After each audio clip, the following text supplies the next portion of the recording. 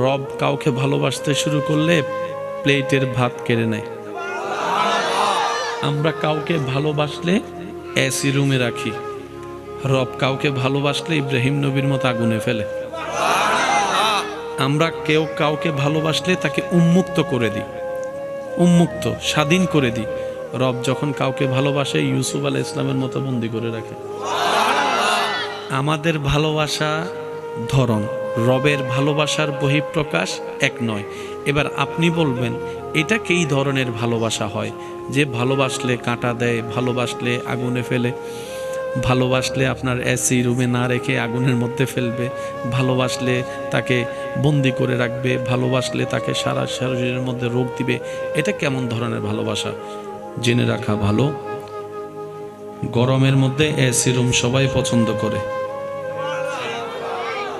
গরমের মধ্যে AC room সবাই, ক্ষুধার্ত অবস্থায় খাবার সবাই। আর এই ক্ষেত্রে ভালোবাসার আসল কি নকল বোঝা যায় না। ভালোবাসা তো তখন বোঝা যায় যখন চতুর্দিকে সবকিছু স্বচ্ছতা, ফ্রেশনেস আছে, কোনো জামিলা নাই, হাতে হাত রেখেছে। এটা ভালোবাসা নয়। যখন পকেটে টাকা থাকবে না তারপরও হাত ধরে রাখবে, এটা না ভালোবাসা। তাই তো আমার যুবক ভাইয়েরা বলে বিপদকালে বন্ধুর পরিচয়। এবার আসুন আমরা একটু দুনিয়াবি হিসাব মিলাই। এখানে আসার সময় মোবাইল এনেছেন, টাকা এনেছেন, কত কিছু এনেছেন। যদি কেউ আপনার থেকে সে মোবাইলটা নিয়ে আপনি ঝগড়া করবেন, কারণ কি? এটা আপনার, আপনি এনেছেন, আপনি কিনেছেন। বলেন তো আসার সময় কি এনেছি আমরা? খালি বলেন না। দুনিয়াতে আসার সময় কি এনেছি? একটু জোরে বলেন। আমি সবার মুখে শুনতে চাচ্ছি। এই একটা কথা যদি বুঝতে পারি আমাদের অনেক কিছু ক্লিয়ার হয়ে যাবে। আজকে যেই অনুষ্ঠানে উপস্থিত হওয়া এটার সাথে বড় সম্পৃক্ত বিষয়। আপনি মাহফিলে আসার পরে আপনাকে একজন আইফোন রাখতে দিছে, ভাই একটু রাখো আমি আসতেছি। কিছুক্ষণ পরে এসে সে আইফোনটা আপনার থেকে নিল, আপনার মন খারাপ লাগবে? বলেন, রাগ লাগবে কেন? আপনি মাথায় মনে বসিয়ে রেখেছেন এটা আমার না, সেজন্য আপনার দিতে খারাপ লাগে নাই। আর যেটা আমার নিজের মনে করে নিয়েছেন, ওই 2 টাকা হারাই গেল টেনশন। একটু জোরে বলি না রে ভাইয়া। আইফোন দিয়ে দিয়েছেন, আপনার এখানেও লাগে নাই, এখানেও লাগে নাই, এটা তো আমার না। আর যে 10 টাকা হারিয়েছে এটা নিয়ে টেনশন কেন? কারণ এটাকে আপনি আমার শব্দটার যোগ লাগিয়েছেন, আমার মনে করেছেন। আওয়াজ দিয়ে বলুন, দুনিয়াতে আসার সময় কি নিয়ে আসলাম? ডান হাত, বলে না, ডান হাত, বাম হাত, কাপড় নাই, কাপড়, কাপড় যেহেতু নাই পকেটও, দলিল, ডলার, ফোন। আসার সময় যেহেতু খালি এসেছি, আজকে এতগুলা যা আছে, যার যাই আছে, মনে রাখবেন এগুলো একটাও আপনার আমার নয়, সব রবের দান, আমাদের পাওয়া। মালিক আল্লাহ, ভিখারি আমরা, সবার সবার। তাহলে যা আপনার আছে দিয়েছেন কে? এবার আল্লাহ যদি আপনার চোখ নিয়ে নেয়, মালিক উনি যা মন চাইতে করবে। আর একটু জোরে বলেন না। আপনি যে কাপড়টা কিনেছেন, সাদা কাপড়ে যদি লাল রং লাগান, কেউ কথা বলতে পারে না। আপনি বলেন যে আর বদিন টিয়া দে, আর বাবর টিয়া দে, কিনলি তুই কা মাতর। এবার বলেন আমাদের দেহকার, আওয়াজ ছোট হলে চলবে না, জোরে বলেন দেহকার। চোখ দিয়েছেন কে? কান দিয়েছেন কে? হাত দিয়েছেন কে? পা দিয়েছেন কে? একটাও আমাদের কিনা নয়, একটাও আমাদের অর্জন নয়। তো বান্দা কারা? বান্দারা বলে আসার সময় কিছু আনিনি, মালিক কেন আমার কাছে কিছু নাই, সব আমার রব আমাকে ভিক্ষা দিয়েছেন। আর ভিক্ষুক কখনো মাথা তুলে কথা বলা উচিত নয়, সর্বদা রবের দরবারে শুকরিয়া করে মাথা ঝুঁকায় রাখাটাই উত্তম। আমাদের হারাই গেলে আমরা টেনশন করি, কিন্তু ইব্রাহিম নবীর হারানোর পর উনি আরো খুশি। পার্থক্য এখানে মনে রাখবেন, সাধারণ বান্দা আর প্রেমিক আশেক বান্দা এক নয়। সাধারণ বান্দা পান থেকে চুন খসলেই টেনশন আর টেনশন। আর ওদিকে ইব্রাহিম নবীকে আগুনের সামনে বেঁধে রাখছে, ফেলবে, সবার চেহারা মলিন ইব্রাহিম নবীর জন্য, কিন্তু ইব্রাহিম নবীর চেহারায় প্রাণ উজ্জ্বল মুস্কি হাসি। আমার মনে হয় আর একটু জোরে বলা যাবে। সামান্য শরীরে একটা যদি ক্ষত হয় আপনার আমার ব্যথা টেনশনের শেষ নাই, সাধারণ বান্দা। আর ওদিকে আল্লাহর পয়গম্বর আইয়ুব আলাইহিস সালামকে বছরের পর বছর এমন রোগে আল্লাহ দান করেছেন, উনি শুকরিয়ার খুশি। শুধু তাই নয় ভাই, শুনলে অবাক হয়ে যাবার মতো কথা। আমরা অসুস্থ থেকে সুস্থ হওয়াটা চাই, আল্লাহ দাও, আল্লাহ দাও, আল্লাহ দাও। আইয়ুব নবী আল্লাহর নবী, সবাই জানেন নবীরা জবান খুলে বললেই দোয়া কবুল, নবীরা চাইলেই আল্লাহ দান করে। সুবহানাল্লাহ জোরে। নবীরা মুখ ঠোঁট লড়ার আগেই আল্লাহ দান করে। সেই নবী আইয়ুব আলাইহিস সালাম, যার দোয়ায় হাজার মানুষ সুস্থ হয়েছেন, উনি আজকে অসুস্থ। এবার ওনার পরিবার এসে বলে, আপনি তো আল্লাহর নবী, আল্লাহর কাছে বললে তো আল্লাহ দিবে, ফেরাবে না কখনো, তো আপনি যে অসুস্থ কষ্ট পাচ্ছেন, একটু আল্লাহকে বলেন না, আল্লাহ যেন আপনাকে সুস্থ করে দেয়। আইয়ুব নবী আল্লাহর আশেক নবী, আল্লাহর প্রেমিক বান্দা আইয়ুব আলাইহিস সালাম উত্তর দিচ্ছেন, ও আমার পরিবার, তোমার জন্য কিছু লাগলে বলো, আমি তোমার পক্ষ হয়ে আমার রবের দরবারে দরখাস্ত পেশ করব। সুবহানাল্লাহ। আমার দুশমনেরও যদি কিছু লাগে আমাকে বলতে বলো, আমি সুপারিশ করব তার পক্ষ হয়ে আমার রবের দরবারে। যে গরিব তাকে বলো, দনের ব্যবস্থা আমি আমার আল্লাহ থেকে ফরিয়াদ করে এনে দিব। অসুস্থ যে আছে তাকে বলো, আমাকে এসে বলতে, সুস্থতার জন্য আমার আল্লাহর কাছে আমি ফরিয়াদ করব। সুবহানাল্লাহ। যার সন্তান নাই আমাকে এসে বলুক, আমি তার পক্ষ হয়ে সন্তানের জন্য আল্লাহর কাছে দরখাস্ত করব। ওই পরিবারের মানুষের জন্য, আত্মীয় স্বজনের জন্য, পাড়া প্রতিবেশীর জন্য, এমনকি যে আমাকে মন্দ বলেছে তারও যদি কিছু দরকার হয়, আমি আইয়ুব তার পক্ষ হয়ে রবের দরবারে সুপারিশ করতে রাজি আছি। কিন্তু আমার জন্য আমার রবের কাছে কিচ্ছু চাইতে আমার বড় লজ্জা লাগতেছে, আমার বড় লজ্জা লাগতেছে। পরিবার বলে, এটা আবার কেমন কথা? তখন তিনি বললেন, ও আশেক নবী, আল্লাহু আকবার, আল্লাহর প্রেমিক বান্দা বললেন, আল্লাহ আমাকে সুস্থ রেখেছে কত বছর, লিস্টিটা করো। অসুস্থ রেখেছেন কত বছর, লিস্টিটা করো। আরে যে রব আমাকে এত বছর সুস্থ রেখেছেন, সে রব কি আমাকে কিছুদিন অসুস্থ রাখতে পারে না? আমার সুস্থতাও আমার রবের জন্য, আমার অসুস্থতাও আমার রবের জন্য, আমার আপাত মস্তক সারা দেহ আমার রবের জন্য। মন চাইলে রাখবে, মন চাইলে ধ্বংস করবে, এটা ওনার ব্যাপার। আমি বান্দা হয়ে নাক গলাবো না। আল্লাহ যখন যেভাবে রাখে, আমি আইয়ুব আলহামদুলিল্লাহ বলে সেভাবে খুশি থাকবে। সাধারণ বান্দা আর আশেক বান্দা এক। সাধারণ বান্দা জায়গায় জায়গায় ফেল হয়। সামান্য একটা কিছু হইলে অনেকে দেখবেন রোল নাম্বার 1, আল্লাহ তাকে 3 বছর রাখছে 1, সে কোন রকম 2 হইছে, মরে যাবে বুঝতে নামাতে কারে।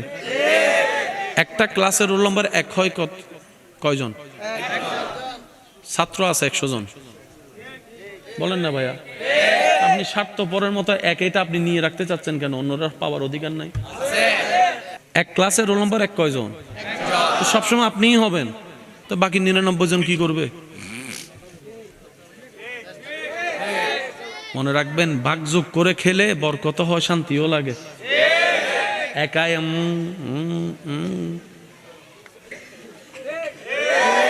আমি পড়ালেখাকে কোনো নিচু দেখাচ্ছি না, আমি শুধু চিন্তা ভাবনার কথা বলতেছি। অনেকে তো এমনও আছে, এই 1 নাম্বার রোল নাম্বার 1 অর্জন করার জন্য দিন রাত পরিশ্রম করে, দরকার হলো অন্যজন ফেলিব, তারপরে তো নাকি অম ফরিব।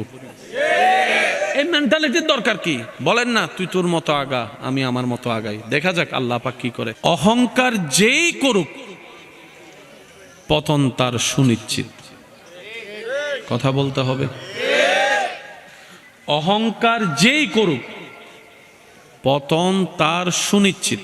এখানে আর কোনো দাড়ি কমার দরকার। ধৈর্য এবং শুকরিয়া যেই করুক, নেয়ামত তার জন্য সুনিশ্চিত। সুবহানাল্লাহ বলি। এই পৃথিবীটা বড্ড সুন্দর, বড় সুন্দর। জীবনটা বড় সুন্দর নিয়ামত। প্রত্যেকটা মানুষের জীবন আল্লাহর দেওয়া একটা বড় নিয়ামত, বড় সুন্দর। আমাদের কাছে জীবনটা তো বিতৃষ্ণা লাগে কেন জানেন? 2টা কারণ। 1 নম্বর, আমরা জীবনদাতাকে নারাজ করে জীবনে চলাচল করি, সুখদাতাকে নারাজ করে সুখের সন্ধান করি। আরেকটু জোরে। জীবনদাতাকে নারাজ করে যখন জীবন চলতে থাকি, সুখদাতাকে নারাজ করে যখন সুখের তালাশ করি, তখন হয়ে যায় স্বর্ণ দড়ি হাতে ছাই হয়ে যায়। আর যারা সুখদাতাকে, জীবনদাতাকে সন্তুষ্টি করে চলতে পারে, তাদের উপর সৃষ্টিকর্তা এমন দয়া করেন, তারা মাটি ধরল শূন্য হয়ে যায়। একটু সুবহানাল্লাহ বলি। আমি আপনাদেরকে বেশিক্ষণ সময় ডিস্টার্ব করব না।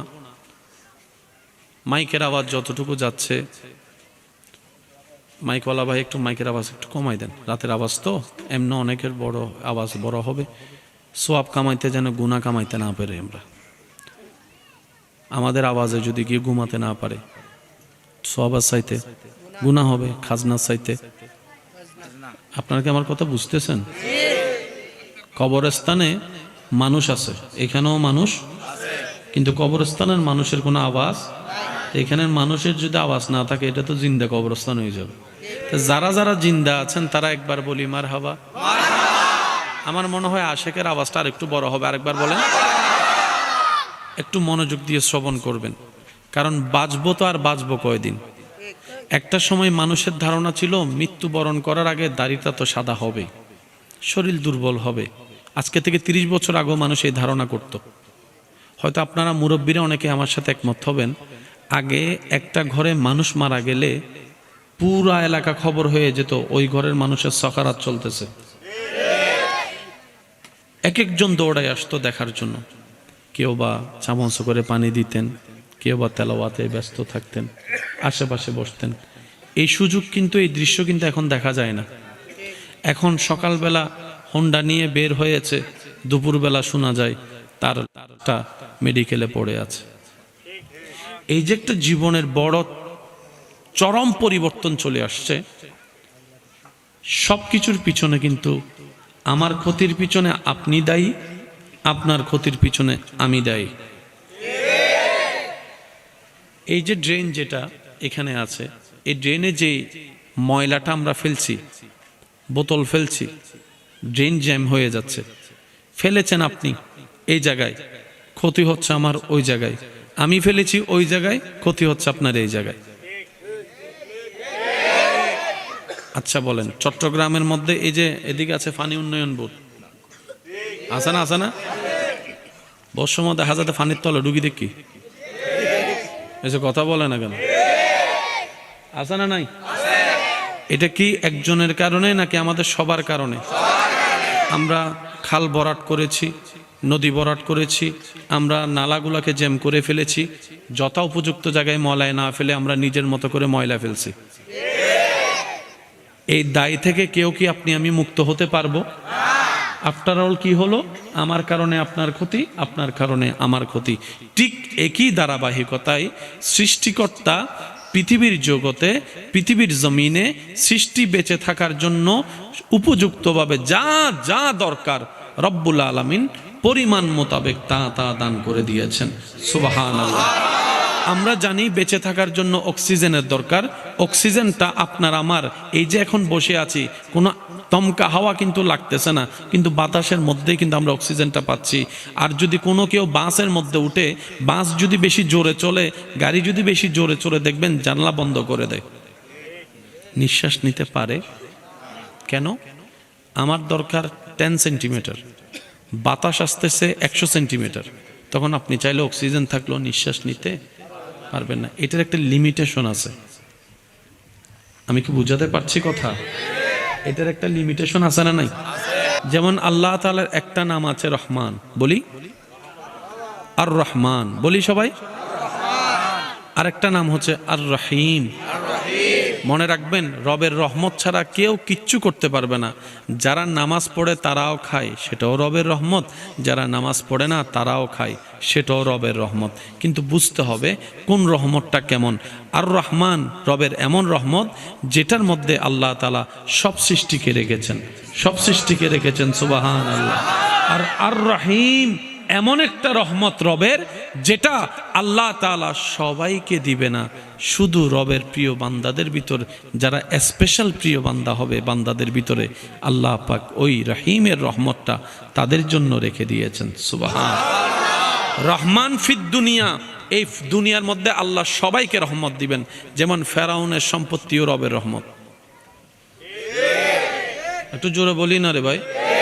নমরুদের ক্ষমতাও রবের রহমত। আর একটু জোরে বলি, আইয়ুব আলাইহিস সালামের শারীরিক অসুস্থতাও রবের রহমত, ইউনুস আলাইহিস সালামের মাছার পেটে যাওয়া এটাও রবের রহমত, ইব্রাহিম নবীর আগুনে পড়ে যাওয়াটাও রবের রহমত, সবকিছু রবের রহমত দিয়ে ঘেরা। আমরা রহমত মানি মনে করি কি জানেন, একটু একটু মনোযোগ, নীরবতা। রহমত মানি ভালোবাসা। রব যদি কাউকে ভালোবাসে, আমরা যেরকম ভালোবাসলে কাঁটা ফেলে ফুল দিই, রব ভালোবাসলে ফুল ছিনায় কাঁটা দে। সুবহানাল্লাহ বলতে হবে। ঠিক বললে সওয়াব পাবেন কিনা আমার জানা নেই, কিন্তু সুবহানাল্লাহ বললে অগণিত সওয়াব। আমরা কেউ কাউকে ভালোবাসলে কাঁটা ফেলে ফুল দিই, আর রব যখন কারো কল্যাণ চাই, কাউকে ভালোবাসতে চান কিংবা কাউকে ভালোবাসে, তখন আল্লাহ তাআলা ফুলটা সরায়ে কাঁটা দেয়। আমরা ভালোবাসলে পেট ভরে খাওয়ায়, রব কাউকে ভালোবাসতে শুরু করলে প্লেটের ভাত কেড়ে নেয়। কত ভালো লাগে আমার, আরো ভালো লাগে নবীর সালাম, নবীর দরুদ সালাম, নবীর আল্লাহুম্মা সাইয়্যিদিনা মুহাম্মাদিন, আল্লাহুম্মা সাল্লি আলা সাইয়্যিদিনা মুহাম্মাদিন। উচ্চ আওয়াজ একবার বলি মারহাবা। মনে থাকবে কথাগুলা? যদি দেখেন বিপদ বেড়ে গেছে, বুঝবেন আল্লাহ তাআলা আপনাকে কল্যাণ দিতে চাচ্ছেন না। সুবহানাল্লাহ এটা হইউননি, গরজে হইউন, এজন্য হদ দেছে। মন খুলে বলেন না সুবহানাল্লাহ। এবার আসুন, আমাদের প্রত্যেকের জীবনে গুনাহ আছে না নাই? গুনাহ বেশি হলে জান্নাত না জাহান্নাম? জাহান্নামের শান্তি না কষ্ট? দুনিয়ার কষ্ট বেশি না জাহান্নামের কষ্ট বেশি?